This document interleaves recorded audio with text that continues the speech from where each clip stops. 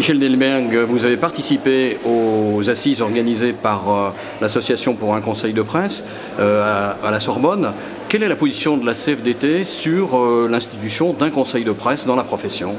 Je crois que la CFDT d'abord s'est prononcée en faveur de la création de ce conseil et d'une manière générale de tout ce qui va permettre de lancer le débat sur la crédibilité de l'information. Je crois qu'on subit aujourd'hui un déficit de crédibilité, de confiance entre les médias et le public, et tout ce qui doit permettre de restaurer ce climat de confiance et finalement est bon et à justement mettre sur la table et à discuter entre les différents partenaires. Donc un conseil de presse, c'est une bonne idée? Ça peut être, sur le fond, c'est une bonne idée. En second lieu, il est évident que la profession est aujourd'hui traversée par des bouleversements considérables, que ce soit le numérique, que ce soit les concentrations, que ce soit les nouvelles pratiques, les réseaux sociaux.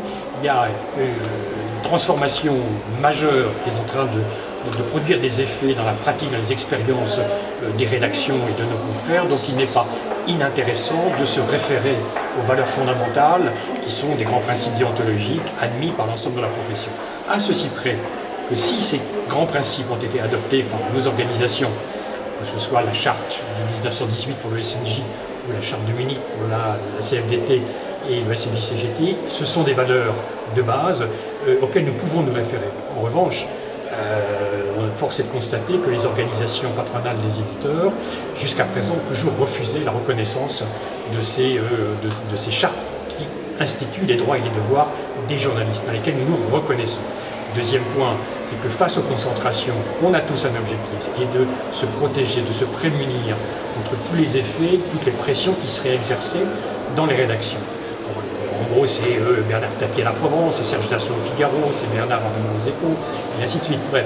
Mais là également, nous avons les pires difficultés à établir des principes et les modalités concrètes pour faire respecter le droit et l'indépendance des rédactions, que ce soit sous la forme de conseil de rédaction, que ce soit sous la forme de société de rédacteurs. Le débat est maintenant posé, et je crois que c'est un tout, c'est un ensemble. Entre le conseil de presse, où il doit y avoir un nécessaire débat entre les médias et les citoyens, et le public d'une manière générale, sur les fondements même de l'information, entre la discussion sur les chartes qui concernent les droits et les devoirs des journalistes, et par ailleurs sur les droits des rédactions à intervenir dans la façon dont les groupes se constituent. Donc là, on a la difficulté majeure, la difficulté extrême, c'est comment y aboutir, comment parvenir à faire respecter ces grands principes, quelles sont les mesures à prendre. Alors là, on est une solution précise n'a été trouvée pour le moment, entre commission de la carte ou pas commission de la carte, faut-il y ait un dispositif législatif, la révision de la convention collective. On est tout ce qui va permettre d'avancer n'est pas inutile en